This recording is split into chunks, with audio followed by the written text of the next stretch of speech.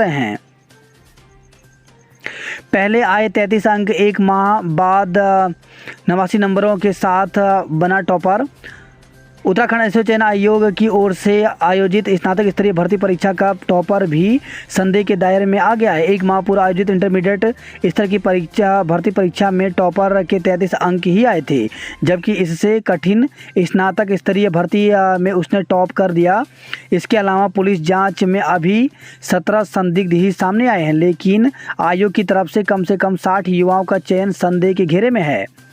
पुरानी परीक्षाओं में भी संदिग्धों की पहचान। तो पुलिस जांच के साथ ही इस प्रकरण में आयोग भी अपनी पुरानी परीक्षाओं के आधार पर संदिग्धों की पहचान की है। सूत्रों के अनुसार स्नातक स्तरीय परीक्षा के टॉपर ने 31 अक्टूबर को आयोजित इंटरमीडिएट परीक्षा स्तर की परीक्षा में महज 33 अंक प्राप्त किए थे, जबकि 4-5 दिसंबर को आयोजित स्नातक स्तरीय परीक्षा में उसने 89.14 अंक हासिल कर टॉप किया है, जबकि वो महज दूसरी बार ही आयोग की परीक्षा में बैठा था। 5 साल में एक भी परीक्षा नहीं देने वाले भी अब भी चुने गए।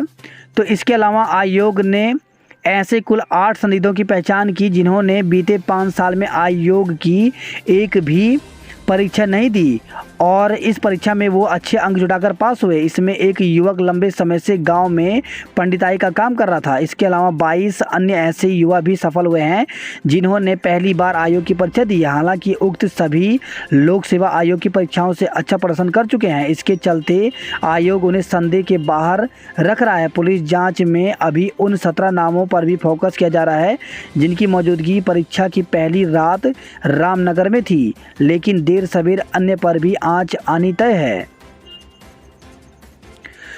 धामी ने भर्ती परीक्षाओं में गड़बड़ी पर बड़ी कार्रवाई के संकेत दिए। उत्तराखंड में परीक्षाओं में हो रहे घपलों पर सरकार जल्द बड़ा एक्शन ले सकती है। मुख्यमंत्री पुष्कर सिंह धामी ने इसके संकेत दिए हैं। मुख्यमंत्री ने कहा कि उत्तराखंड अधिसूचना चयन आयोग में स्नातक स्तरीय बीपीडीओ परीक्षा के घपले की शिकायत पर फौरन कार्रवाई की गई। कुछ अन्य आयोगों की भी शिकायतें मिली हैं, उन पर भी जल्द कार्रवाई की जाएगी। बोले कुछ अन्य आयोगों की भी मिली हैं शिकायतें। अधिसूचना चयन आयोग में चल रहा था बड़ा रैकेट। अब एक परीक्षा पास कर नहीं मिलेगी समूह ग में नौकरी।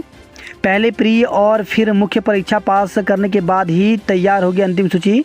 स्नातक स्तरीय परीक्षा में पेपर लीक की घटना के बाद अब अधिसूचना चयन आयोग एक पेपर की व्यवस्था को खत्म करने जा रहा है। इस संबंध में आयोग जल्द ही दिशा निर्देश जारी करेगा। प्रदेश में समूह ग पदों पर भर्तियां करने वाला अधिसूचना चयन आयोग जल्द ही सख्त नकल रोधी कानून लाने के साथ ही परीक्षा पैटर्न में भी बड़ा बदलाव करने जा रहा है। आयोग अभी जितनी भी भर्तियां कराता है वह केवल एक परीक्षा पर आधारित होती हैं। एक परीक्षा के पास करने वालों का डॉक्यूमेंट वेरिफिकेशन होता है, इसके बाद उनको अंतिम चयन सूची संबंधित विभागों को भेज दी जाती है। यह व्यवस्था अब आयोग बदलने जा रहा है। आयोग के सचिव संतोष बडोनी ने बताया कि अब 2 टियर एग्जाम व्यवस्था लागू होने जा रही है। इसमें किसी भी भर्ती में पहले उम्मीदवारों को प्री परीक्षा पास करनी होगी, इसके बाद मुख्य परीक्षा पास करनी होगी। इसके साथ ही डॉक्यूमेंट वेरिफिकेशन होगा और अंतिम सूची जारी की जाएगी। अब ऐसी होगी परीक्षा की व्यवस्था। तो 2 टियर एग्जाम पैटर्न में जो पहली प्री परीक्षा होगी उसमें ऑब्जेक्टिव टाइप के प्रश्न पूछ जाएंगे। अभी तक आयोग सभी परीक्षाओं में केवल यही प्रश्न पूछता है जिसमें पेपर लीक का खतरा भी ज़्यादा रहता है, लेकिन अब प्री परीक्षा पास करने वालों को मुख्य परीक्षा देनी होगी जो कि लिखित प्रकृति की होगी। इससे केवल वही छात्र पास कर पाएंगे जो कि अपने विषय की गहराई से जानकारी रखेंगे। इसमें नकल जैसे मामलों में भारी कमी आ सकती है। उत्तराखंड में नौकरियां बेचने वाले बचने न पाएं।